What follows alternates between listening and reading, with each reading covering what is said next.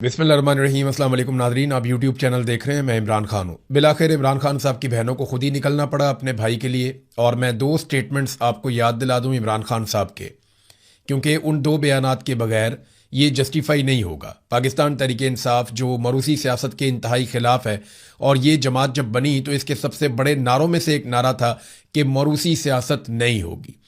तो एक तो ये बात आप जहन में रखें कि जब इमरान खान साहब अपनी पार्टी की आदत से बहुत ज़्यादा मायूस हो गए और उन्हें कैद तन्हाई में डाल दिया गया, तो उन्होंने दो मरतबा अपनी बहनों को एक ख़ास पैगाम भेजा तो बार बार, लेकिन दो ख़ास पैगाम हैं। एक, इमरान खान साहब ने कहा कि मेरी बहनों को कहो कि जितनी जल्दी हो सके मुझे आकर मिले। ये वो आखिरी पैगाम है जो बाहर आया इमरान खान साहब की ज़बानी, और ये मैंने रिपोर्ट किया था और उसके बाद इसकी तस्दीक भी हो गई। दूसरा एक पैगाम इमरान खान साहब ने अपनी बहनों के लिए भिजवाया था जेल में से, जब उनकी मुलाकातें बंद होने के करीब पहुंच गई थी। तो इमरान खान साहब ने कहा था कि मेरी बहनों से कहो कि मेरे लिए आवाज़ उठाएं, क्योंकि उन्हें इस बात की समझ आ गई थी कि पॉलिटिकल लोगों को मिलिट्री एस्टेब्लिशमेंट ने बहुत हद तक दबा दिया है, और अब किसी भी लेवल तक अगर कोई जाएगा इमरान खान साहब के लिए तो वो या पाकिस्तान के अवाम है या इमरान खान साहब की बहनें। तो उन्होंने दो मरतबा अपनी बहनों को ये पैगाम भेजा, और उनकी बहनें बार बार अडयाला जेल के बाहर आती रहीं। उन्होंने सारी कोशिश की, बार बार पॉलिटिकल पार्टी को बुलाती रहीं। जिन लोगों ने इमरान खान के नाम के ऊपर वोट लिए और वो इक़्तिदार के मज़े ले रहे हैं, उन तमाम लोगों को इमरान खान की बहनों ने बार बार मुलाकात करके मिन्नत की, तरले किए, उनको समझाया, उनको बार बार बताया, उनका फ़र्ज़ याद दिलाया, इमरान खान के पैगामात उनको बार बार पढ़ के सुनाए, लेकिन उन्होंने हिम्मत नहीं की, वो लोग निकले नहीं। तो बिलाखिर इन खवातीन को अब खुद निकलना पड़ रहा है। अलीमा खानम साहिबा पहुंची खैबर पख्तूनख्वा में, और यहां से उन्होंने आगाज़ किया है। अकराम के इलाके में हज़ारों लोगों ने उनका इस्तकबाल किया। तेमरगढ़ा में गई, वहाँ पे भी बहुत ज़बरदस्त उनका जो इस्तकबाल है वो हुआ है। अब वो चित्राल की तरफ जा रही हैं, वहाँ पे वो एक तहरीक चलाएंगी। खैबर पख्तूनख्वा से वो तहरीक चलाती हुई बज़ाहिर ऐसे दिखाई देता है कि फिर वो पंजाब में जाएंगी, वहाँ पर तहरीक चलाएंगी। और कोशिश ये है अलीमा खानम की, ये तीनों बहनें मिलकर इस तरह का एक मोमेंटम बिल्ड करें कि दबाव डाला जा सके मौजूदा हुक्मरानों के ऊपर। अब सियासी लोग कर दे ही रहे। पहले आप सुन लें कि अलीमा खानम ने कहा क्या। एक तो जो ये मंसूबा बनाया जा रहा था, मैंने आपको पहले बताया था कि पार्टी के अंदर ये सोच पैदा हुई थी और इसके बारे में बार बार बात की गई थी कि बड़े पैमाने पर एहतजाज शुरू किया जाए और एक तहरीक शुरू की जाए, और उसके लिए डेट रखी जाए 5 अगस्त। लेकिन फिर मैंने आपको बताया कि मिलिट्री एस्टेब्लिशमेंट बीच में पड़ गई, और उन्होंने पाकिस्तान तहरीक इंसाफ को कहा कि आप इसकी कॉल देंगे आखिरी हफ्ते में, आखिरी 2 हफ्तों में आप कॉल देंगे, 1 या 2 हफ्ते में, यानी जुलाई के आखिरी 10 दिनों में आप कॉल दे सकते हैं। और फिर 5 अगस्त को जो आपका एहतजाज होगा वो सिर्फ 1 दिन का होगा, इससे ज़्यादा आपने एहतजाज नहीं करना। तो अलीमा खानम ने उसको मुस्तरद कर दिया। उन्होंने कहा जी ये क्या बात हुई कि 1 दिन के लिए इमरान खान के लिए। उन्होंने कहा जी अब हम मुस्तकिल दबाव डालेंगे, और दबाव के नतीजे में इमरान खान साहब का ना सिर्फ आंख का इलाज करवाएंगे बल्कि उनके हकूक भी उन्हें लेकर देंगे। जो जाली केसेस हैं, इमरान खान साहब जेल में बंद है, उनको आज़ादी मिलनी चाहिए, सादी सादी बात है। पहले सुने अलीमा खानम ने क्या कहा और फिर रद्द-ए-अमल किस तरह का आ रहा है। उन्होंने कहा इमरान खान की आंख जानबूझकर ज़ाया की गई है। क्या ये पाकिस्तान में इमरान खान की आंख का इलाज भी नहीं करवा सकते? ये इतने कमीने हैं। इमरान खान कहते थे दुश्मन हो और कमीना ना हो, लेकिन ये दुश्मन भी है और कमीना भी है। उन्होंने जानबूझकर कैद तन्हाई में रखा हुआ है। फैमिली की अव्वलीन तरजीह इमरान खान का इलाज है। इमरान खान ने कहा हुआ है कि जिद्दोजहद इबादत है, इस जुल्म के खिलाफ खड़े होना है। इमरान खान को 8 महीनों से कैद तन्हाई में रखा हुआ है। इमरान खान कैद तन्हाई में है क्योंकि ये इमरान खान से खौफ खाते हैं। इमरान खान से ये खौफ इसलिए खाते हैं क्योंकि इमरान खान अवाम की आवाज़ है। वक्त आ गया है कि अब जब हम निकलेंगे तो वापस घरों को नहीं आएंगे। अडयाला में जा जाकर पंजाब के लोगों का खौफ भी ख़त्म हो गया है। खैबर पख्तूनख्वा पहले जिम्मेदारी लेगा और फिर पंजाब भी उसके साथ निकलेगा। इमरान खान ने कभी नहीं कहा कि मेरे लिए भीख मांगो। इमरान खान ने हमेशा यही कहा कि मैं जेल में मर जाऊंगा लेकिन यजीद के सामने सर नहीं झुकाऊंगा। इमरान खान के लिए दबाव बढ़ाना होगा। तहरीक का मकसद दबाव बढ़ाना है। जब हम सुनते हैं कि बातचीत हो रही है, ये लोग भीख मांग रहे हैं, किस चीज़ की भीख मांग रहे हैं, किस चीज़ की बातचीत कर रहे हो? 80% पाकिस्तानी इमरान खान के साथ खड़े हैं। पहले अपनी ताकत तो दिखाओ, फिर बातचीत करना। बातचीत ताकत की पोजीशन से करो, ये बात बिल्कुल ठीक है। देखिए, जब आपके साथ इतनी बड़ी पॉलिटिकल पार्टी है, इतनी बड़ी तादाद में आपके साथ पब्लिक है, तो आपकी पोजीशन हमेशा बेहतर होती है। एक बात मरियम नवाज ने कही थी, नवाज शरीफ भी ये बात कहते थे कि पहले मुज़ामत होगी तो फिर मफामत होगी। जब आप ताकत की पोजीशन में बैठते हैं बात करने के लिए, जैसे ईरान बातचीत करने के लिए बैठा तो टेबल पे उसने बहुत कुछ हासिल किया। कमजोरों के साथ तो कोई बातचीत भी नहीं करता, हासिल क्या करना है। इमरान खान ने 1 साल कबल कहा था कि खैबर पख्तूनख्वा में अपनी तंजीम को मजबूत करो। सुहेल अफरीदी को स्ट्रीट मूवमेंट का कहा था। वक्त आ गया है, तहरीक को आगे बढ़ाओ, तंजीम मजबूत करो, सब कारकुनान अपने MNAs MPs पर दबाव बढ़ाएं। हुकूमत पाकिस्तान कोलैप्स कर चुकी है। ये वो बात है जो मैं कई दिनों से आपको बता रहा हूं कि ये मुकम्मल तौर पे कोलैप्स कर गए। आसिम मुनीर साहब के हाथ पांव फूले हुए हैं, उनका रजीम मुकम्मल तौर पे नाकाम हो चुका है। अब वो ये सोच रहे हैं कि मलबा डालना किस पर है। मलबा डालने के लिए उन्हें मिल कोई नहीं रहा, और पाकिस्तान तहरीक इंसाफ ने कोई बहुत बड़ा एहतजाज इस्लामाबाद की जानिब गुज़िश्ता 1.5-2 साल में किया भी नहीं है, तो ये मलबा भी किसी पे नहीं डाल सकते। तो इनके हाथ पांव फूले हुए, इनके हाथ में कोई चीज बाकी नहीं रह गई। अब वही बात अलीमा खानम कह रही है कि हुकूमत पाकिस्तान कोलैप्स कर चुकी है। आप पाकिस्तान में माशी, इंतजामी और अदालती हालात देख लें, अब आपको निकलना होगा। इससे पहले MNAs MPs को जाकर कहें आप आगे बढ़े, हम कारकुनान आपके साथ हैं, आपको इमरान खान के लिए निकलना होगा। अब कारकुनान इन MNAs MPs को चलाएंगे। MNAs MPs को खौफ है हम निकलेंगे तो कोई हमारे साथ नहीं निकलेगा। अब कारकुनान उनको निकलने की यकीन दहानी करवाएंगे। एजेंसियां बातें फैला रही हैं कि ग्रुपिंग है, हम इसकी तरदीद करते हैं, कोई ग्रुपिंग नहीं है, आप सब लोगों ने निकलना है, आप लोग तैयारी करें। तो ये अब इमरान खान की बहनें जो हैं वो अलग अलग निकलेंगी, और वो अलग अलग जगह पे, तीनों बहनें हैं, वो 3 बहनें ज़्यादा मुतहर्रिक हैं, वो निकलेंगे अलग अलग जगह पे, कारकुनों को मुतहर्रिक करेंगे, पंजाब के अंदर, खैबर पख्तूनख्वा के अंदर, और वो एक फाइनल मूवमेंट की तरफ जाएंगे। स्ट्रीट मूवमेंट वो कहां गई?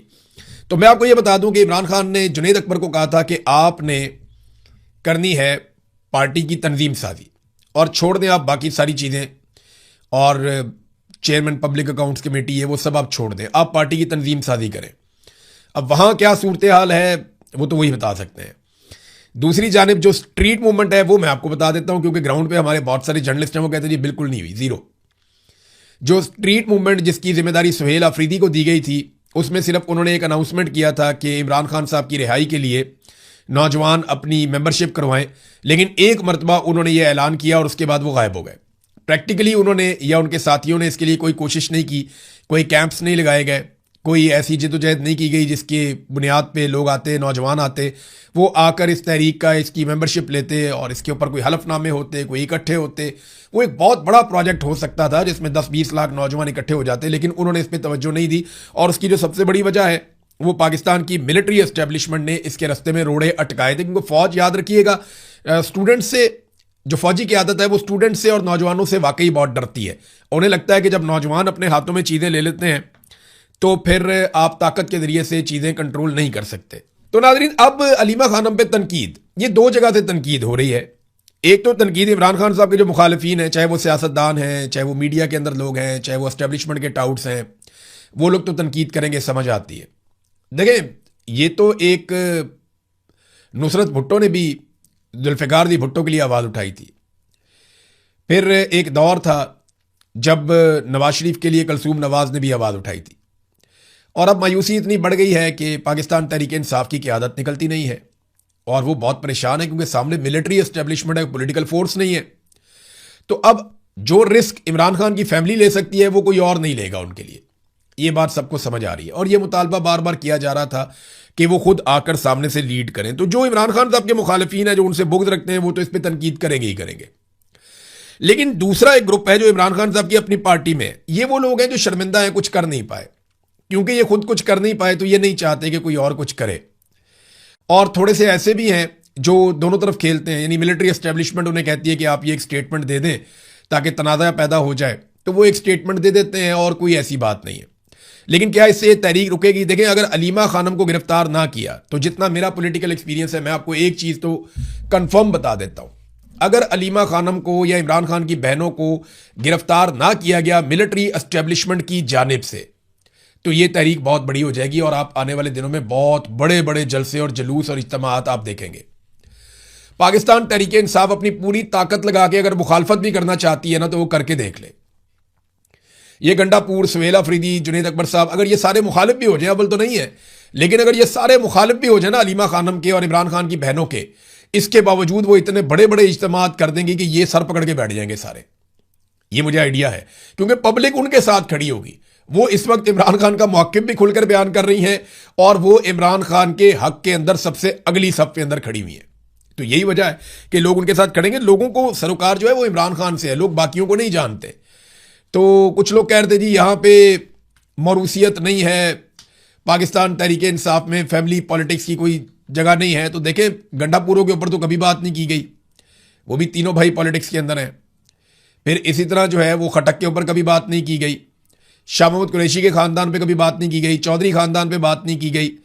तो ये अलीमा खानम कोई इलेक्शन लड़ने नहीं आ रही, ना इसने सेनेटर बनना है, ना वजीर बनना है, ना कुछ और बनना है, ना इनके बच्चों ने पॉलिटिक्स करनी है। ये सिर्फ अपने भाई के लिए आ रहे हैं। और इमरान खान कभी इनको पॉलिटिक्स में आने भी नहीं देगा। जब इमरान खान वज़ीर आज़म पाकिस्तान था तब उसने इनमें से किसी को कुछ नहीं दिया। नवाज शरीफ ने तो पूरा टब्बर लगाया हुआ है ना, रिश्तेदार, रिश्तेदारों के रिश्तेदार, आगे से उनके रिश्तेदार, ये जनाब फलाना है, इसको भी अंदर करो, इसको भी लगाओ, इसको भी लगाओ। उन्होंने पूरा का पूरा खानदान टब्बर मियाँ नवाज शरीफ ने पॉलिटिक्स के अंदर झोंक दिया अपना, सबको लगाया हुआ है। उधर सरदारी हैं, वो भी यही करते हैं, दूर करीब के सारे रिश्तेदार पॉलिटिक्स कर रहे हैं।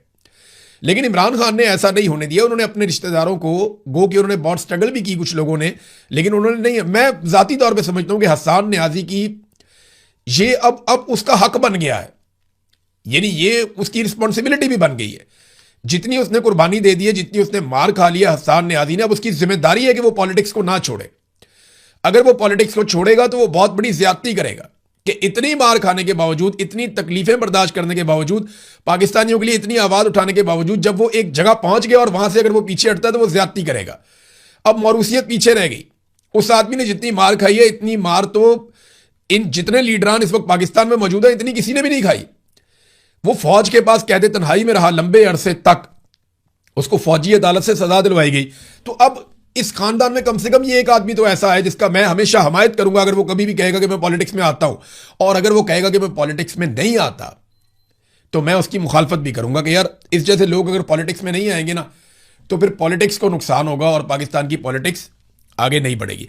नाज़रीन, फजलुर रहमान साहब को मैं नॉर्मली अपने वीलॉग के आखिर में बताता होता हूं, लेकिन उन्होंने एक स्टेटमेंट ऐसा दे दिया तकरीर करते हुए, उसमें 3 चीज़ें बड़ी अहम हैं और मैं आपके सामने रखना चाहता हूं और ये इंकशाफात आप समझ लें। एक तो फजलुर रहमान ने कहा कि बलूचिस्तान में बगावत पहले बलोच इलाकों तक महदूद थी और अब पश्तून इलाके भी खून से नहला दिए गए, और इसके लिए उन्होंने जिम्मेदार करार दिया पाकिस्तान की मिलिट्री एस्टेब्लिशमेंट को।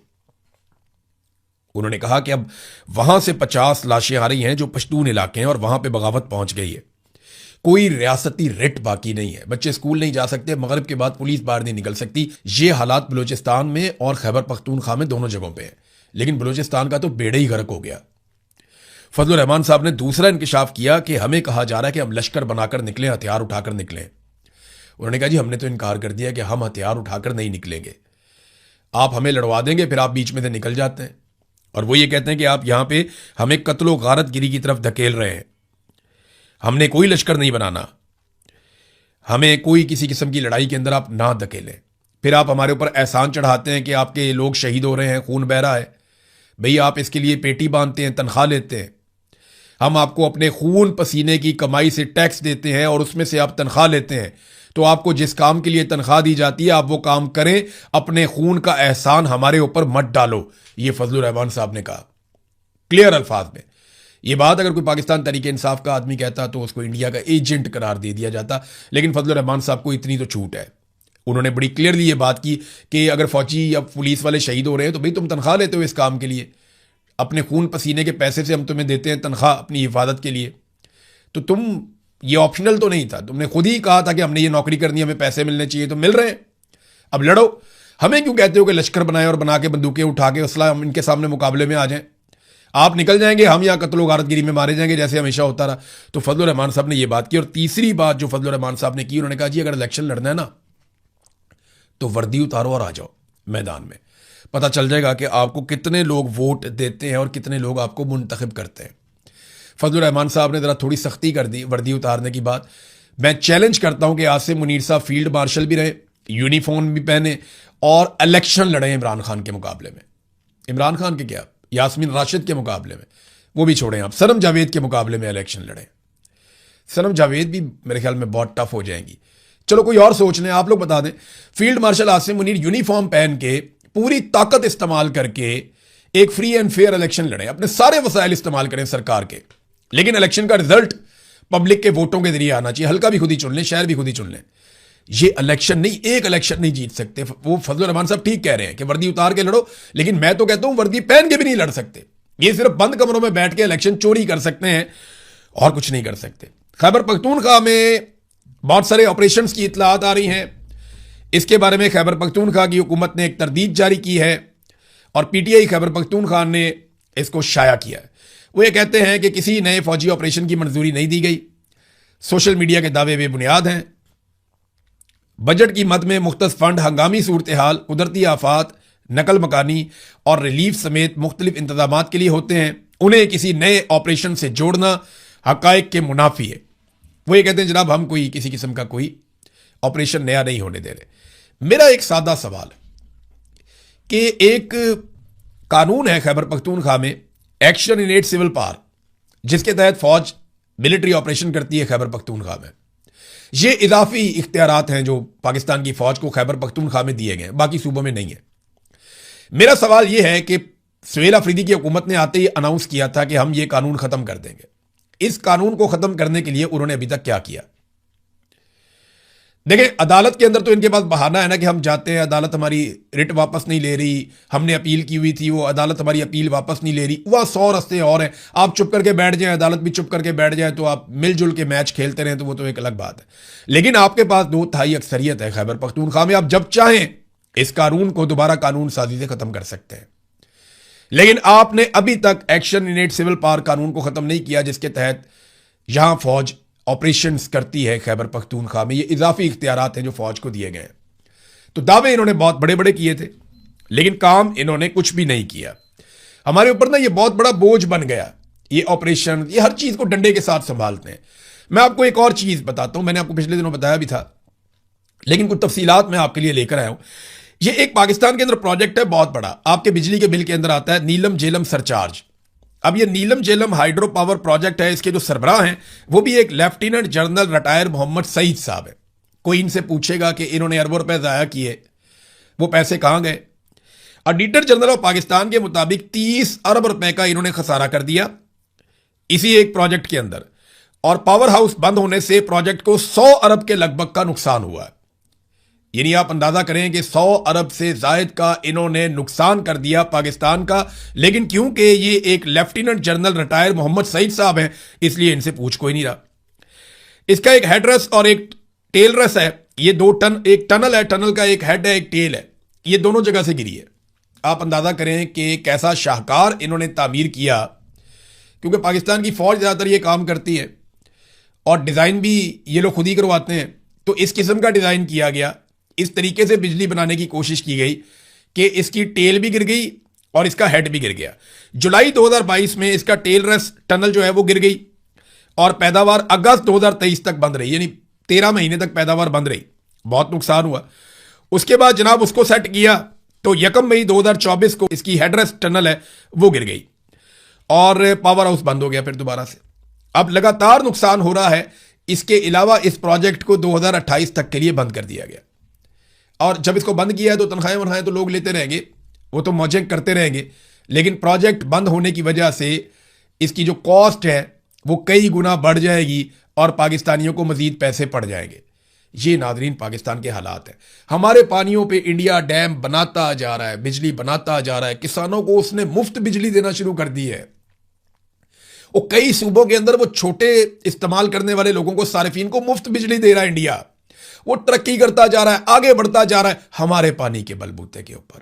और हम क्या कर रहे हैं? हम अपने ही पानी से बनने वाले मंसूबे रोक रहे हैं, बंद कर रहे हैं। वो इसलिए कि हमने आईपीपी को इजाफी पेमेंट्स, जिसे आप कहते हैं कैपेसिटी पेमेंट्स, वो हमने आईपीपी को देनी है ताकि आईपीपी का पेट भरे और कमीशन बड़े बड़े ताकतवर लोगों के, जो मिलिट्री एस्टेब्लिशमेंट में और जो पाकिस्तान के अंदर पॉलिटिकल एलीट है, उनकी जेब में जा सके। वो पैसा बनाने पे धड़ाधड़ लगे हुए हैं। इंडिया अपनी आवाम का सोच रहा है और हमारे लोग किसका सोच रहे हैं? अपना और अपनी नस्लों का और अपनी जेबें भरने का सोच रहे हैं। एक स्टेटमेंट मैं आपको दिखाता हूं, ये ढीठ कितने हैं लोग, आप ये देखें। ये सईद मेहदी साहब है, नवाज शरीफ साहब के बड़े करीबी दोस्त हैं, बहुत बड़े ब्यूरोक्रेट हैं। इनका एक इंटरव्यू किया जनाब एजाज सैयद साहब ने। उन्होंने सवाल पूछ लिया कि जनाब आपका दामाद सिकंदर सुल्तान राजा इनका दामाद है, जो चीफ इलेक्शन कमिश्नर है, जिन्होंने पूरे पाकिस्तान का इलेक्शन चोरी किया, और आपका बेटा फेडरल सेक्रेटरी है, आपकी बेटी जो है वो भी एक बड़ी ज़बरदस्त जगह के ऊपर ब्यूरोक्रेट है। बेटी को तो मौजें ही लगी हुई हैं जो सिकंदर सुल्तान राजा की बीवी है। वो तफसीलात किसी दिन मैं आपके सामने रखूंगा, आप हैरान हो जाएंगे। तो उससे पूछा कि जनाब आपका बेटा, दामाद, बेटी सारे ब्यूरोक्रेसी में इतनी आला जगहों पे लगे हुए हैं, कोई नसीहत ही कर दें। अच्छा, ये सारे ही जो लगे हुए हैं ना, वो लगे ही हुए हैं, तबाहियां फेर दी हैं। जो सिकंदर सुल्तान राजा ने कर दिया, जो इनकी बेटी ने कर दिया, बर्बादियां फेर दी इन्होंने। अब वो मशवरा क्या दे रहा है? वो ये कह रहा है कि अपना काम सही तरीके से ईमानदारी से करें, सोच समझ कर करें, इतनी हिम्मत पैदा करें कि आप गलत काम से इनकार कर सकें। हो सकता है कि इसका आपको नुकसान हो, मगर जब तक ऐसा नहीं होगा हमारी ब्यूरोक्रेसी ठीक नहीं होगी। और फिटे मुंह भाई, यानी आप सिकंदर सुल्तान राजा के आप ससुर हैं और आप कह रहे हैं अपना काम ईमानदारी से करें, कोई गलत काम करने का कहे तो इसको इनकार कर दें। यह आदमी खुद चलकर चला गया था, इलेक्शन कमीशन के दफ्तर से निकला था रात के वक्त बगैर सिक्योरिटी के, और जब ये वापस आया तो फॉर्म 47 साथ लेकर आया था। फिर जो पाकिस्तानियों के साथ हुआ वो पूरे पाकिस्तान ने देखा। तुम्हारे खानदान ने पूरे पाकिस्तान को निचोड़ के रख दिया। पूरे पाकिस्तान का आज तक का सबसे बड़ी डकैती तुम्हारे खानदान ने मारी, और तुम यहां बैठ के भाषण दे रहे हो कौम को। यही तरीकाकार है पाकिस्तान में। ये भाषण देते हैं बाहर निकल के, जनाब ये करो ये करो ये करो, दूसरों को नसीहत करते हैं और खुद अंदर से दाव लगाते हैं। इसी वजह से आगे नहीं, इनकी शक्लें पहचाने, पाकिस्तानियों को चाहिए इनको पहचाने और इनको इनकी औकात बताएं। अब तक के लिए इतने, अपना ख्याल रखिएगा, अपने इस चैनल का भी। अल्लाह हाफिज़।